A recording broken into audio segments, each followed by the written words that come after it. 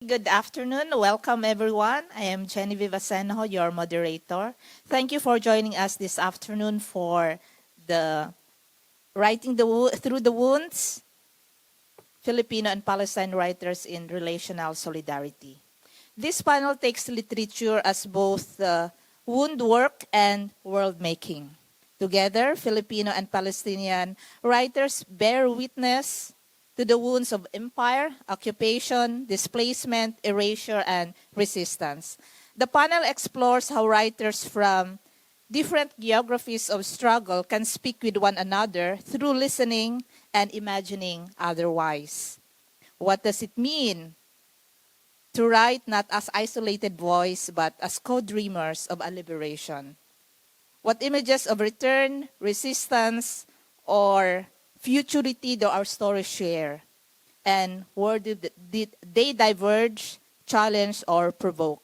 At the center is the radical hope for finding a language for the world to come where no one is left unnamed or unspoken. Our speakers for this panel are Dorian Merina, Atef Saif, Tarik Hamdan, and Nikki Carsi Cruz. Dorian Merina is a poet, journalist, and translator who lives in the northern Philippines, and he is the author of the Achichuk poems from Batanes, from the Ateneo de Manila University Press, and his latest book is Indio Archipelago from the University of the Philippines Press. That explores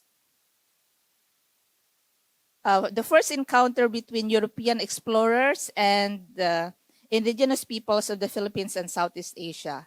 In the mid-2000s, Dorian was the anchor for Free Speech Radio News, a grassroots global network of journalism that aired daily across the U.S. and was one of the only media outlets to regularly feature Palestinian reporters who live in Gaza and the West Bank. Atef Saif, born in Jabalia, refugee in the Gaza Strip in 1973 to a family originally from Jaffa, is a former Palestinian Minister of Culture from 2019 to 2024. And he has a PhD in political science, social sciences from PhD in political and social sciences from the University of Florence, Italy, and published by the Public Policy Institute in Ramallah. He is the author of 10 novels, and he's the editor of The Book of Gaza, a collection of short stories that introduce contemporary Gazan voices to an international audience. His books have been translated into various languages, and his war diaries bear witness to daily survival and the endurance of culture amid devastation.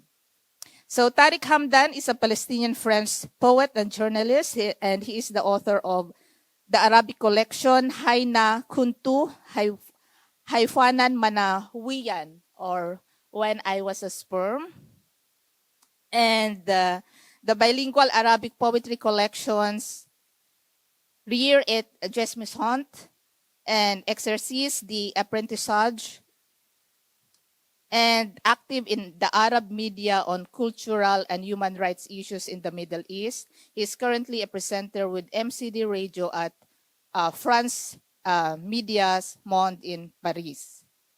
Nikki Carsi Cruz is based in Ateneo de Manila University, where she has played various roles as educator, administrator, editor, conference convener, and exhibit curator. She has taught courses in nonviolence, the art of dissent, and interdisciplinary approaches. She was editor of Perspectives in the Arts and Humanities Asia and chair of the Department of Interdisciplinary Studies from 2020 to present. She holds BA International Studies, an MA in Peace and Development Studies, and a PhD in Southeast Asian Studies. So, friends, ladies and gentlemen, Dorian Merina, Saif, and then Atef Saif, Tarik Hamdan, and Nikki Carsi Cruz. So, okay, can we hear now from our, yeah, okay. Okay. Dorian will come first.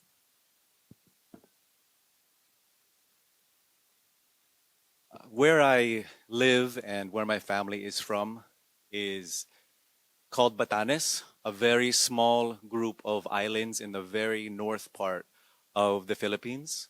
And we are known for having very steep cliffs and very green hills. And um, we have every day many visitors now coming, um, lots of tourists who come to our villages and they take pictures of the hills. Especially, they bring even the drone, the drones, and take these gorgeous, expansive landscape pictures of our area. And we've become known as the paradise of the north of the Philippines because of our scenic place there. These hills are also where my family has our ancestral farmland, and it's where every day I go to tend to our small little family plot. We have citrus, fruit trees, we have vegetables, root crops, coconut, banana trees, and so forth. So I walk up about a kilometer from our home to take care in the farm. And when I go up through these hills, I see something maybe different from our visitors. Because these hills are also where, during the 1940s, we had to resist the Japanese military occupation. And it's when the Allied forces and the US forces fled, it was left to the people there to defend our territory. And so people there formed little guerrilla groups, informal resistance, men and women both, and including two brothers of my grandmother named Eladio Canela and Alejandrino Canela, who joined at very young ages. And they fought, they resisted, and eventually, when they were captured, they were brought down and tortured and executed, along with dozens of others. And this is not unique to my area. This happened in hundreds and hundreds of places throughout the Philippines. This is also the place where, before that, during the Spanish occupation, we had resistance as well to the Spanish occupation. We had a tribal chief named Hamdan who led a rebellion against the Spanish as well. And when they were captured, they were also executed. And the Spanish imposed a series of laws for the local population, so we could no longer practice the forms of religion, pray to our spirits. The men could no longer wear their beautiful gold earrings or the traditional clothing. And they also exiled the people of our island, Sabtang, for 50 years, for 2 generations from our island, and we could not return. So, although I think about this when I'm going in the morning, and they're beautiful hills, but I also bring this past, the stories in our family, and what happened before. And this is what we could think of as not just the landscape, but the memoryscape of a particular place. Memoryscape is a concept and a term used by an academic, a scholar, Timothy Williams, who I believe is from Munich here in Germany. And he's a scholar of genocide, especially in Cambodia and Rwanda. And he uses that concept of a memoryscape to talk about places and how we see a landscape, but it's different for all of us because we bring with us different memories and different pasts. And we may see a river or a bridge or a building or a square or a mountain or an ocean, but depending on your perspective, you will see it slightly differently. And we bring a collective memory to it, as well as omissions and absences. And I think that this is our role as writers, as poets, as artists, is to bring into our field of vision, to bring into our perspective these parts of our past and our history that have been omitted, that have been hidden from us or distorted. so that we have a memoryscape that is accurate and we can move on from there. In my current book, my book of poetry, it's called Indio Archipelago, and I look at the first conquest of the Spanish in the Philippines, focusing on the years right after their arrival for permanent settlement around 1568-70 to the first decade of 1600. So the first just 40 years.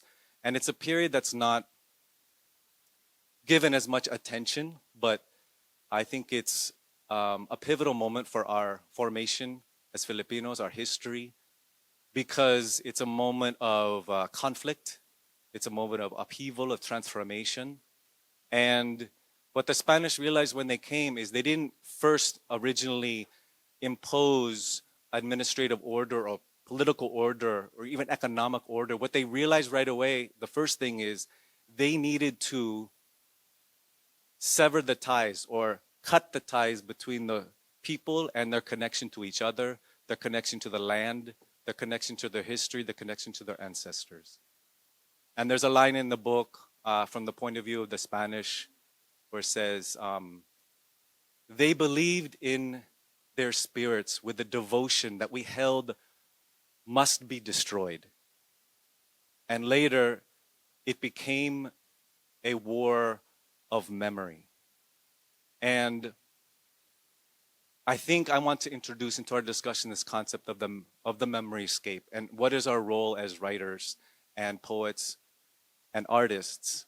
And this is why, for me, it is a great honor and a privilege to be on this panel with Atef and with Tarik and with Nikki, because for me, it is Palestinian writers and artists who have been chronicling, documenting, expressing their struggle, calling urgently for the world to take action and take a meaningful stance, not just for the ongoing genocide in Gaza, but for their struggle for freedom for decades and decades and decades and decades, beginning in the early 1900s.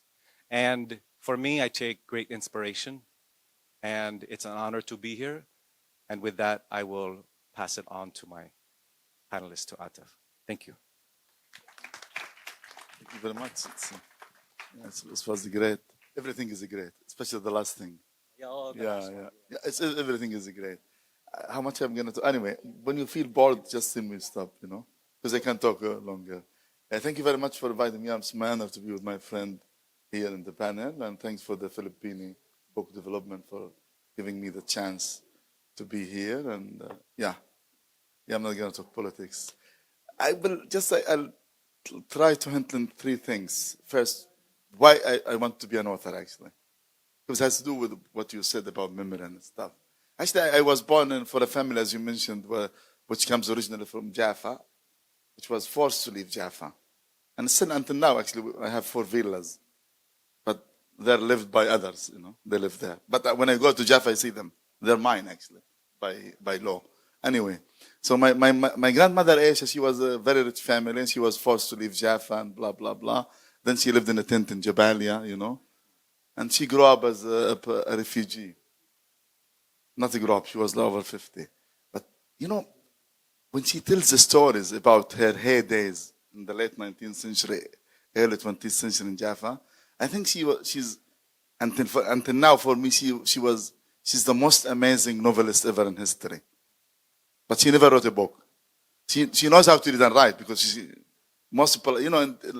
education in Palestine is something very important. Actually, Jaffa at that time, if anybody knows, were exporting 2 things. Orange, orange. The Jaffa and orange is the most delicious orange in the world until now, by the way. It's the only thing that Israel didn't change in the country. They named Jaffa Yafo. But just the orange company, they remained it Jaffa. Because anyway, so Palestine at that time, Tarik, and we have another Palestinian fellow there, Zoya, was exporting orange and, anybody knows what? Teachers. We were exporting teachers since 1890. We were sending teachers by train to all the Gulf countries and North African, North Arab countries. Anyway, so my grandmother Aisha was an amazing storyteller. Then, as a boy, she was telling the stories and I was writing them actually in my notebook, you know. And I knew all of these are gone under the rubble of my house in Jabalia. So I have like 13 collection these notebooks, you know. Yeah. I was writing the stories she's telling. So my dream was to write a novel to write about her life. And when you grow up in a refugee camp, all the old people of the refugee camp is like my grandmother Aisha. They have stories about their fields in the villages and in the towns where they lived and etc. So I grew up in a box of stories. I was living actually in a box of stories. I just hear stories day and night, you know, by people. So I gave a promise to myself that I want to convey the pain of my grandmother Aisha through my writing, which I never did so far. I wrote 10 novels, 11 with the collection of short stories, but I never wrote about her actually. It's like the butterfly when it comes close to the light, it escapes because I feel it's too holy to tell. And I know all the details, Tarik, of her life, every single detail about her life. She died anyway, but I never tried to write about her life because I think I'm not mature enough so far, which I hope I will do one day. This is first. Second, you know, I learned another lesson about literature, actually, which is very important for me. I was in Israeli jail, like most of my generation in the first intifada. I was 19. Then it was Ramadan. And then, you know, the first story ever I wrote, I was in the jail, actually.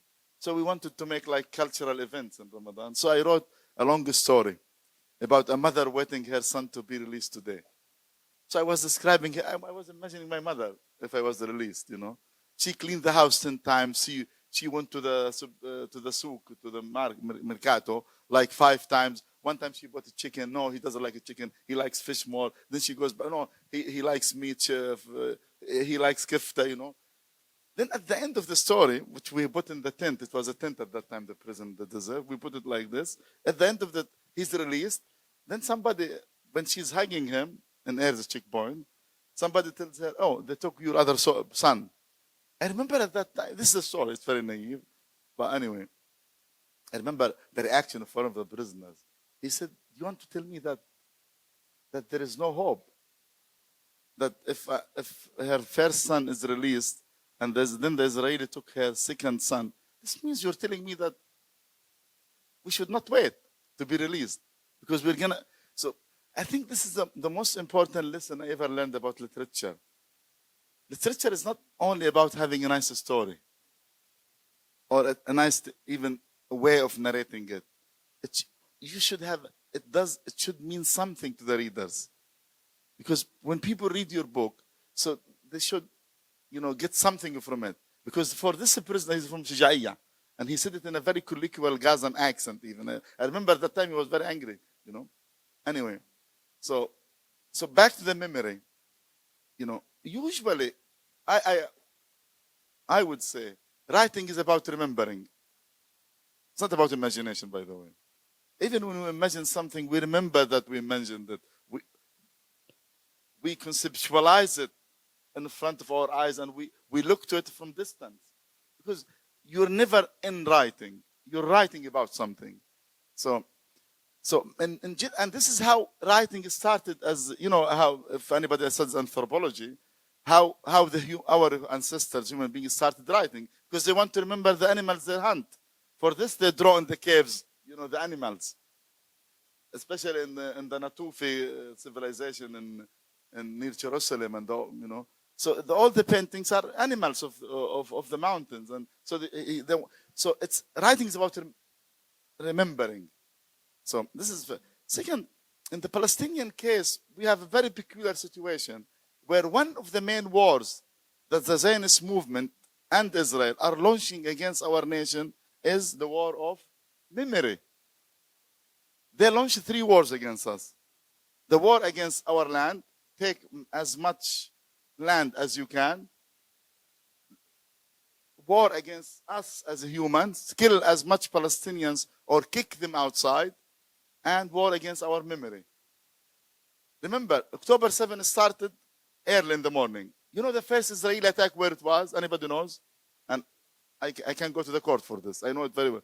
They attacked the Palestinian Museum in Khan Yunis, Carrara Museum. Because there we have our old Phoenician and Canaanite statues, the 6,000 years old. They didn't look for the hostages. They attacked them. 12 museums, they made them into zero. Not in the first day, the Carrara Museum, then the last one was the embroidery. So one of the main wars Israel is launching is memory. It's just, wiping like 85 public libraries were destroyed in Gaza.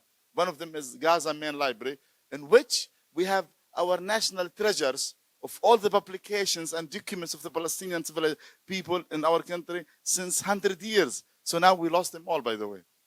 And same thing with the archaeological center. I'm finishing. Archival centers. The archival center of Gaza City and the 64 archaeological sites, including the Phoenician seaport, the Anthedon, and the Saint Hilarion monastery, which is the first monastery in history. And these two sites are registered in the UNESCO and protected by UNESCO. They made them into zero. Even the Roman cemetery. What I'm saying, for this, okay, I suggest they give me 1 minute. You don't give it to me. They give it to me anyway. So what I'm saying, because one of the main wars against the Palestinian people is war of memory. So there is another task for the Palestinian author to keep this memory alive without being historian. Or you don't need, as a novelist, to be historian or politician, because politicians can do better than me. They can make a statement, but you have to keep in mind that your writing has to mean something for the people around you and for the people outside even. And this is believe me, this is a very, very heavy task, because you want at the same time to keep your aesthetics and your literary and your art tools, Thank you very much. Okay, thank you. From memory of place to the importance of oral literature, storytelling, and of course, war on memory. Let's now move to Tarik for your own sharing.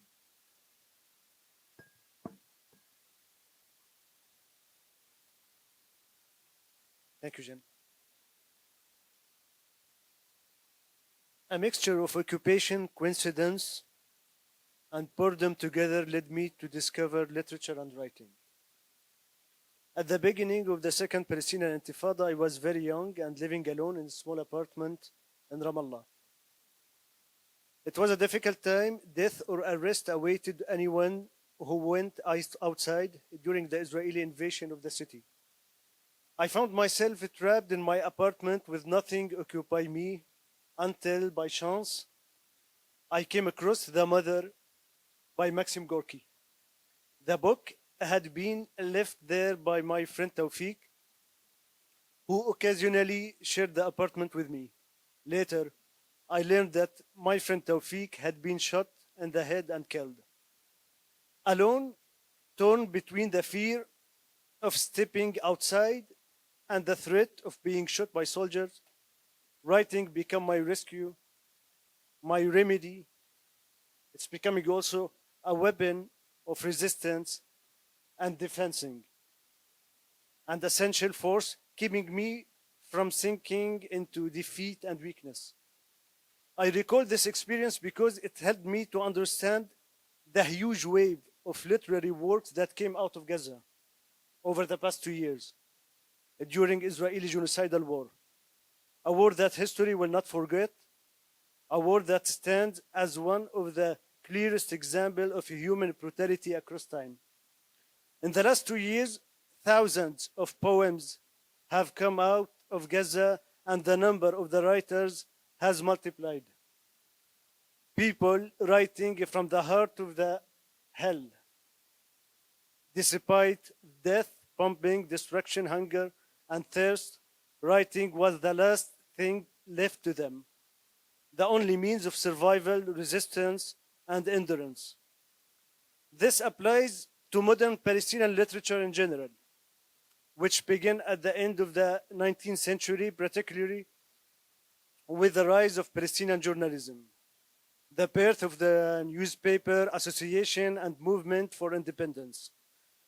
From the moment Palestine appeared on the political map drawn by colonial powers, Palestinian poetry was born. Poetry of struggle and freedom during the British mandate, followed by poetry of resistance after the Israeli occupation and establishment of the State of Israel on the land and the bodies of the Palestinians.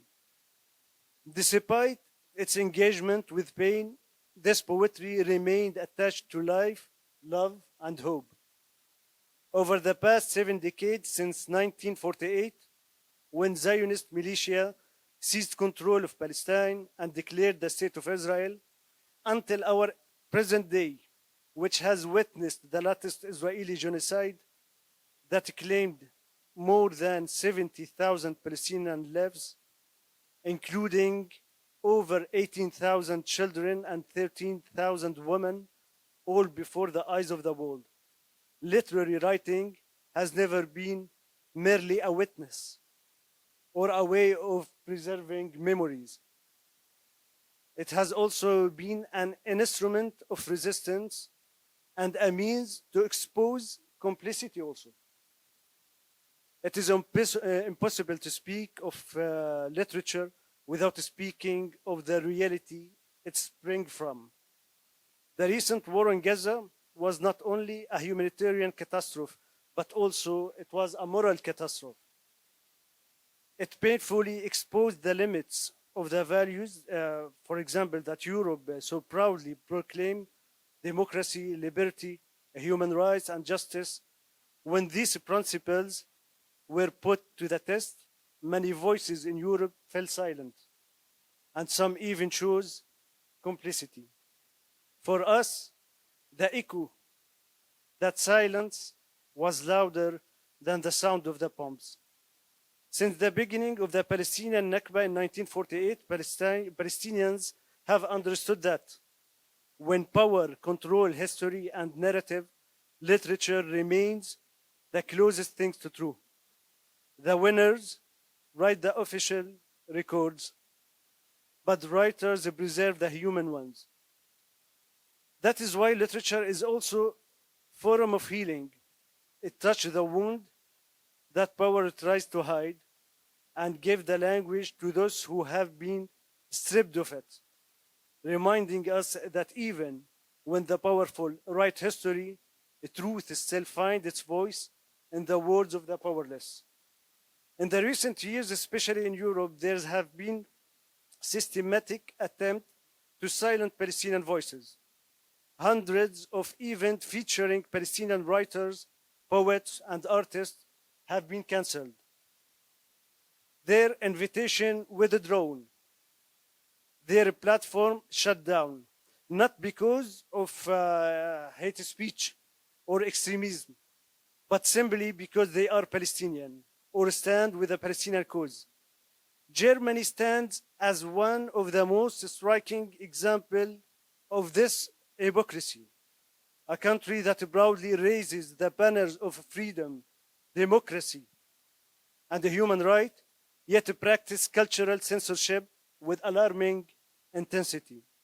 One such example was the cancellation of the award ceremony honoring the Palestinian novelist Adaniya Shibli at the Frankfurt Book Fair, the very place that I'm speaking to you now, 2 years ago. This widespread cancellation are not isolated incident, but part of broader campaign to erase the Palestinian narrative from the public sphere. They reveal a profound moral contradiction when those who claim to defend the human rights and the freedom of expression are the very ones practicing exclusion and silencing, just like authoritarian regime. And I think that's why our rule is very important, and that's why we should keep right and right and right. Thank you. Okay, thank you, Tarik. Literature as resistance. And we move to Nikki Carsi Cruz. I am the non-writer and I'm the woman in this group. I, I requested to speak at the end because the women that I will talk about is another kind of writing, and this is through needlework. The word inscribe is the root for the word embroidery in Tatris, in Arabic, yes. Scribe is the root word for writing, but inscribe involves a kind of piercing. And to me, the power of the thread to pierce is something, there will just be pictures that will keep playing. It doesn't have to be on timing, just keep playing them. I became very interested in embroidery and weaving because there was an exhibit in my university in Ateneo that after I saw that exhibit, I never stopped being alert to when needle and thread tell stories. In that exhibit, researchers interviewed activists for their experiences over 50 years ago of martial law atrocities. And the academics and the activists needed the help of artists to help them with the truth telling, because documenting just by writing and publishing alone could not meet the requirements of the complexity of the storytelling or the truth telling required. There were many truths waiting to be told that they told in confidence to the researchers after building a relationship of trust. But they didn't want all of that to be published, just some of it.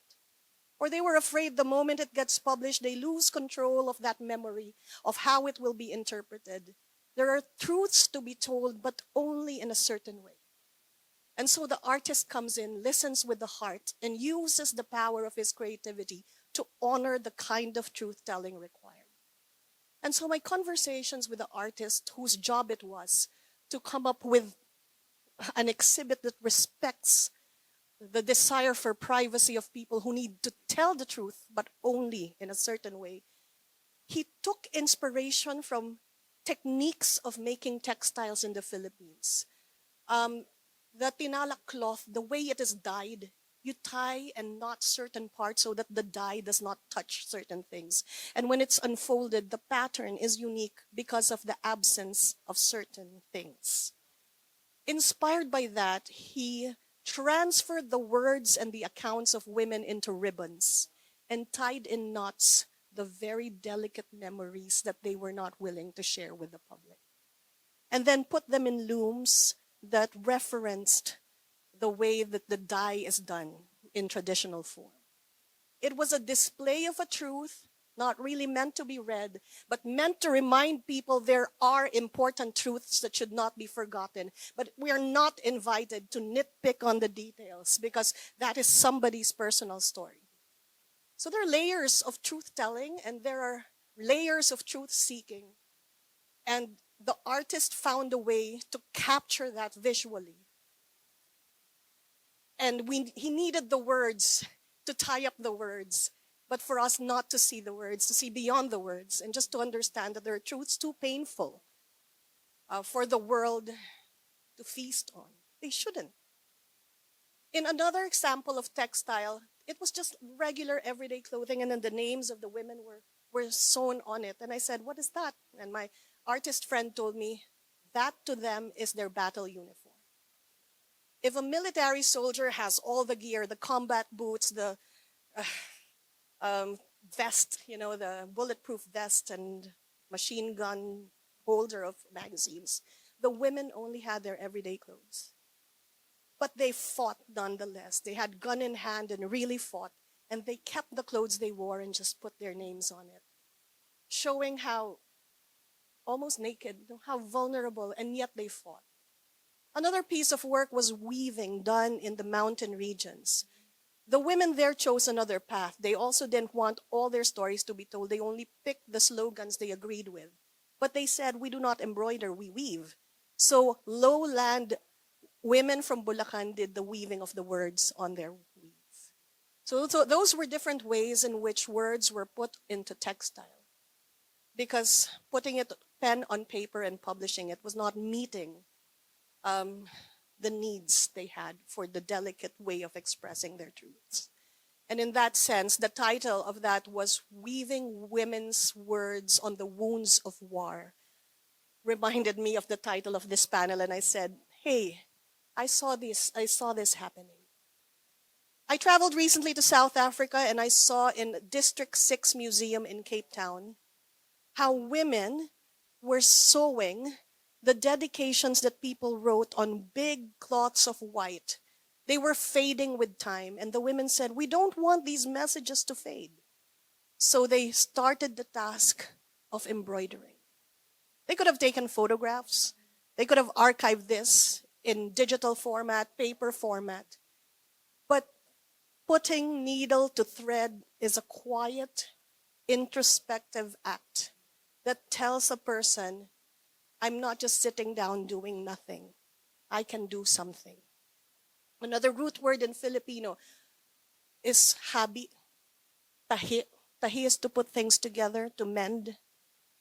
And by doing that, the women who suffered through apartheid were able to come to terms and find a joyful place. They started sewing other things, recipes, things that there were already printed material for, but printed was not enough. Things that were pretty, that were printed, they started sewing into embroidery. And then, these are the apartheid, just keep going, it's okay. Yeah. It has to go continuously, sorry. Can you just continuously, yeah, it's not, yeah. Now, about piercing, there is the Stitch Their Names project. This is a project where the names of people who have died in Gaza, red for women, black for men, green thread for children, are embroidered by letter by letter with the age of the people. It's because people who couldn't do anything said, we must do something, anything. And so they started recovering the humanity that is hidden in statistics. And in doing this, they are able to participate in some way in the memory work and also in humanizing and in grieving. So the act of sewing is also an act of connecting the interior world to the outer world, an act of giving voice to that part of you that is so frustrated with not being able to do anything. Finally, I came here because my daughter, 16 years old, was crocheting. She was crocheting watermelons. And she said, this is the symbol of Palestine because it's red, it's black, it's white. I was so touched that I was looking for examples from everywhere, but in my own home, my own daughter was enacting this threading together of experiences of solidarity. And she showed me on TikTok, showed me a reel of other teenage Filipino Palestinians who were using cross-stitch, tatris.asia.com. Please look it up. And for the Filipinos here, you can buy the stuff that they're making. Just showing me their creations that had a Philippine flag in front and a Palestinian flag at the back. And then she told me about the food fair. She told me about all those things, and I remember women do what they know to do in a time of war because they're fighting for that ability to live their lives. And in covering keeping a recipe, in sewing a piece of cloth, in stitching in the everyday world, they are reclaiming the power to live and to contribute from what they know. And even if I'm in a panel of writers in a conference like this, I said, I can only contribute what I know, which is to thread together stories and speak. So thank you for the chance. Wonderful, Nikki. So interiority via weaving, no? Wonderful. And thank you for sharing as well initiatives. And thank you for sharing that. Now, we have listened on the importance of memory and writing as remembering. as well as memory making, and that's why it's very important to fight for the land, no, from which it is born, and of course, writing as resistance for freedom and for peace. Now it's time for us to have some questions from our audience. If you would like to engage with our guest, no, we are open to it already. Okay, you may borrow the mic.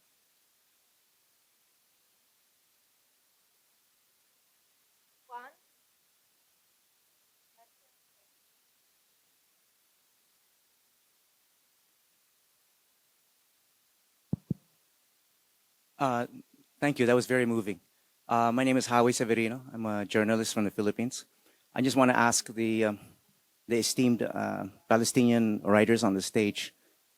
You must have heard that in the Philippines, there was a fairly loud call for Filipino writers and participants here to boycott this event because they were equating the presence of Filipinos here with supporting genocide in Gaza.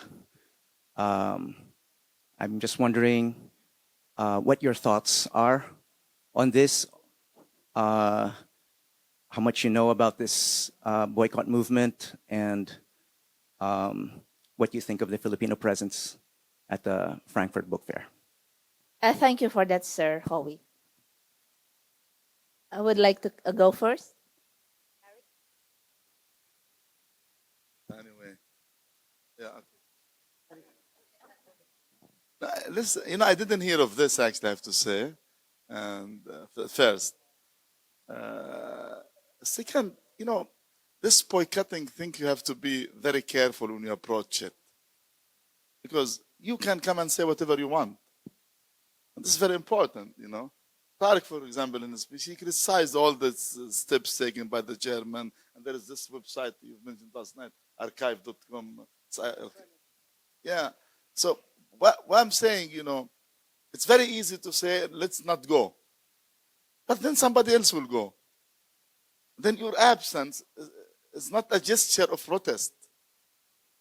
I believe at a personal level, I believe in this, Last year I came here, and there was a hold down pavilion, and I said my opinion as a Palestinian author. And I don't mind when I say what I believe in. Because at the end, this is what an author has to do. So, of course, the German government, like many European, we Palestinians were not the victim of Zionism only. We're the victim of Europe as well. The Jewish question is never a Palestinian question. It's a European question historically, So anyway, but this doesn't mean that we don't talk to European and we convince them. And believe me, without these movements, you wouldn't see the demonstrations in London or in Paris or in Rome or in Milano or in Berlin even the other day, I think, too, So you, in order to influence the others, you have to talk to them. And you have to present your idea. And at the end, I believe if I'm a Palestinian author, I don't come, an Israeli author will come. And, this is, but of course, if there is any action taking against the Palestinian narrative, like if I come and I don't speak my opinion, then I will not come. If there is a limit, don't say this and don't say that, then I will not come. And this is very important because this is, by the way, one of the main questions, a big question in the Arab culture. How do you deal with others? And I think this pavilion, this book fair was boycotted at that time you mentioned with 2003, or it was? Yeah, 2003. At that time, all the Arab publishers, intellectuals, they took a position to boycott because there was an action to prevent even this event was not Tarik and a main event in the pavilion. It's just her publisher was honoring her or something. It was not like a big event. But the fact that you prevent somebody, what is the freedom? It's not about taking a choice. It's about having choices. Because it's easy if I tell you, this is black and white, you choose one of them. Then you limit my ability to choose. This is so freedom is about practicing. It's not about being offered. So the fact that they prevented a Palestinian from being honored even by its local publisher, you have to take a step to say, guys, this is not a freedom. This conference or this book fair doesn't present the place where someone like me can say his opinion. So what I'm saying, if there is any action taken against this space granted to authors, to publishers, to activists, to academics as well, yeah. But if there is any action taken, then you have to take an action. And of course, if you do you think we Palestinians, we're happy that European countries are recognizing Palestine state? Are we happy? But it's not just. It's not enough. But this is the minimum that we could get. So we feel happy that we were denied our total existence. You don't believe in Europe, we Palestinians, we didn't exist. Only starting from 70s, when the Palestinians started their revolutions and military, they started gradually. You don't believe that, they're recognizing having our state in 20% of our homeland. And even this is virtual recognition. It doesn't mean anything. But we're happy because there is a little change in the European mind. So I'm sorry, Thank you. Yes, Tarik, what about you? No, I'm saying. You want to say something? Yeah, in relation to the question. Yeah. No, just petite remarque for Atef about the recognition of a state of Palestine. I'm not happy for this. I'm not with the two-state solution, and I think this is like the most ridiculous idea that it could happen, because it's not it couldn't happen. Palestine for me, it's not even 20%. Now the Palestinian Authority, they don't control. They are in 4% to the historical Palestine. They don't control it. They are in. So and also there is no any single village or Palestinian city in Palestine. It's not surrounding by the settlers and by the settlement. So the idea of having two states is very ridiculous. I think there's just one only. No, I know. Yeah. How do you deal with the others about Europe? Yeah. First, I didn't take politics. I told you, even we are not happy about this, but we're happy that there is a little change in European mind. And you don't believe for you, it's easy. You stay in Paris and you want the world to change in Palestine. It doesn't change, believe me. So you have to work hard to change it. So what I'm saying, if you boycott the world and you don't talk to Europe, is a criminal against us. I believe in this. But we cannot say we're not going to talk to Europe. You have to dialogue. You have to talk to people to influence them. This is about the boycott. That's what I'm saying. Yeah. You cannot just say, I want to boycott.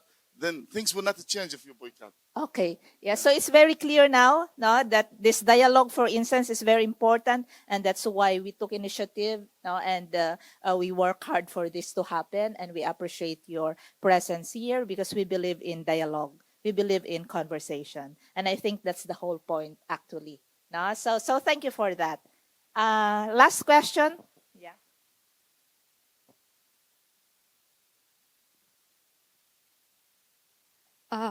I'm the other Palestinian that Atef mentioned, but I'm also Ukrainian. Thank you. Honestly speaking, just a few days ago, a dear friend of mine died in Gaza, Saleh al-Ja'farawi. And I was questioning, and I'm coming here as a speaker today, and I was like, why should I come? What's more to talk about, honestly? So I was also thinking, why would I come? And I'm glad I came because I met the Philippines Pavilion. And honestly, this is more of a question. This is more than a question. It's more like appreciation.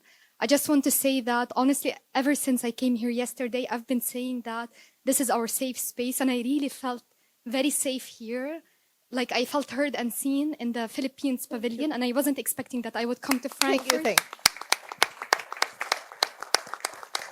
And I've been realizing that oppressed people feel with oppressed people. So this is something that is very dear to me, that I've been really feeling very safe in the Philippines pavilion. And I think this is where we find the power in the people. And I'm glad I came to really feel this power to an extent, like I didn't want even to come to Germany. I know that if I come as a Ukrainian, I would be more than welcome. But as a Palestinian, I felt not safe, very much safe to come here. And I was questioning, should I wear the kufiye? And yesterday I saw like a speaker, Renato was wearing the kufiye, and you really encouraged me that, hey, like we're in this together and I need to wear it. Because I don't get it, like we live in a world that people are threatened by us wearing kufiye, but are not threatened by a genocide unfolding in front of our eyes.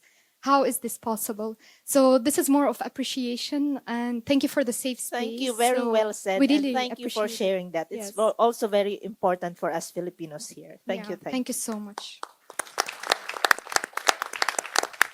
At this point, may I invite our speakers for their last word? You would like to say something, your last word for the world. I didn't get to read. Can I read? Okay. To follow the threads I talked about is to reconsider what it means to write.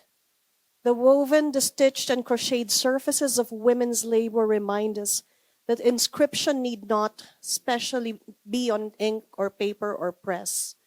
Long before the printed word, women have committed memory to fabric, recording through rhythm, repetition, and touch what history has often refused to name. To embroider is to compose. To crochet is to edit patterns. To weave is to structure narrative through tension and release. These are forms of writing that breathe, unravel, and mend. They remind us that publishing, in its institutional sense, is only a small province of storytelling. The loom, the needle, and the hook belong to a broader republic of remembrance.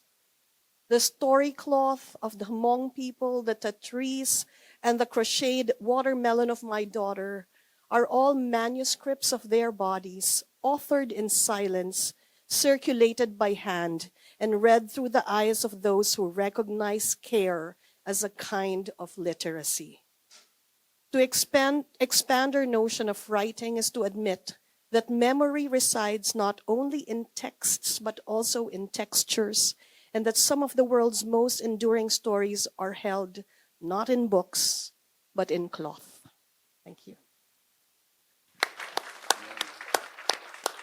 Yeah, this is her first literary text now, because now she sits with 3 authors.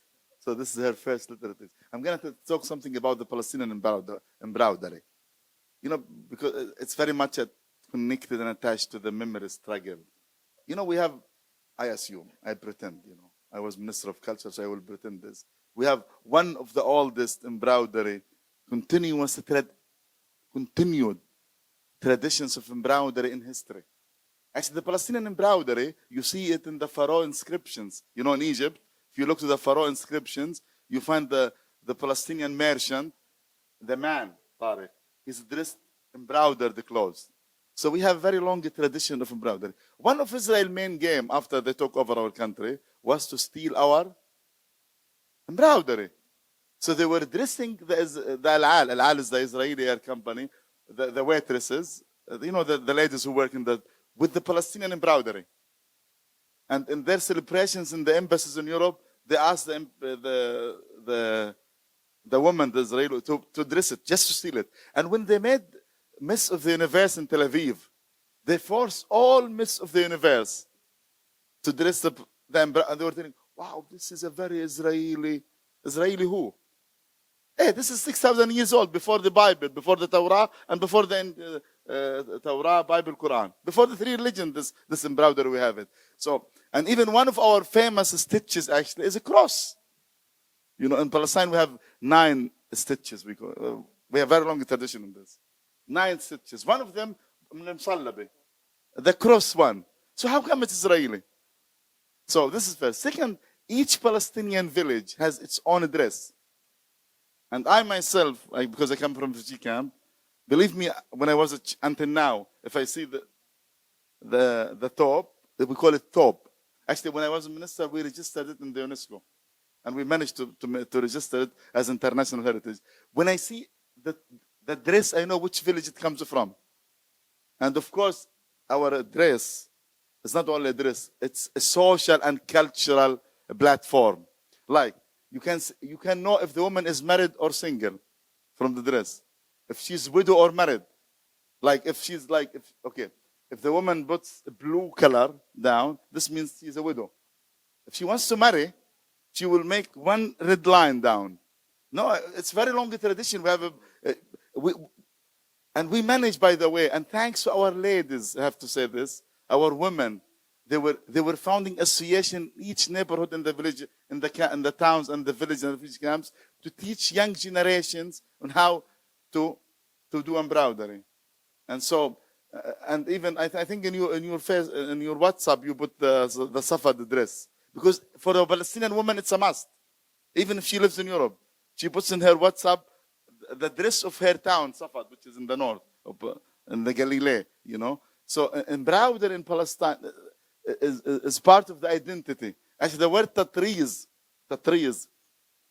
means filling. You filled something. So they were filling their clothes anyway. Then you can know if she's rich or poor, actually. If she's Bedouin or from the village or from the cities. So it's a very long tradition. Actually, Israel, we had only one museum in Gaza for embroidery, which was founded by a great lady. She is a teacher, and she saved all her money collecting these clothes. Actually, the youngest one of her museum, she called it the Tatriz Museum in Rafah. The youngest one is double age of Israel, 150 years. The newest one, some of them 500. And unfortunately, in the war, I was there in Rafah at that time. They burned the whole building. They bombed the building, and they made sure that it's not destroying, but burning it. So we lost 460-something embroidery pieces, which are unfortunately protected by the UNESCO, because Tatriz is part of the UNESCO International, but nobody cares actually. And even the UNESCO didn't feel sorry for this. Thank you. Thank you, Sir Dorian.